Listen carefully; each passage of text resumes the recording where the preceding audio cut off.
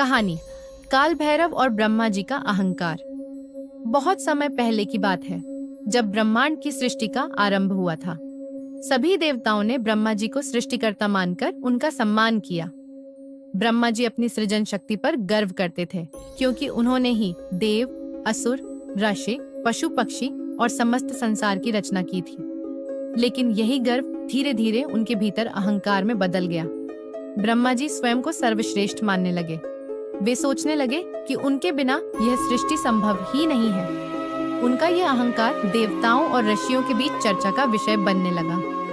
अहंकार की परीक्षा एक दिन ब्रह्मा जी ने देवताओं की सभा बुलाई।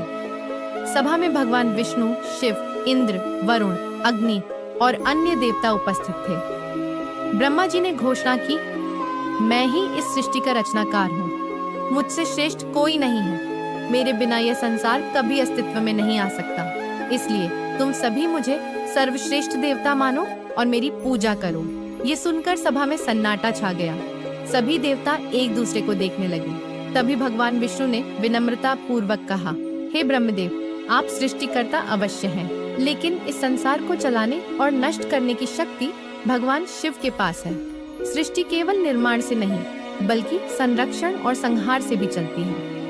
ब्रह्मा जी को यह बात सहन नहीं हुई। उन्होंने विष्णु जी को चुनौती दी और कहा, यदि तुम मुझे गलत साबित कर सकते हो तो प्रमाण दो कि मुझसे बड़ा कोई है।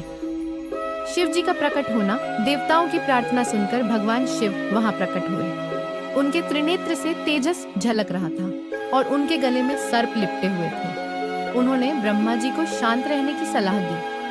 हे ब्रह्मा, अहंकार का त्याग करो। यह संसार केवल तुम्हारी रचना का परिणाम नहीं है,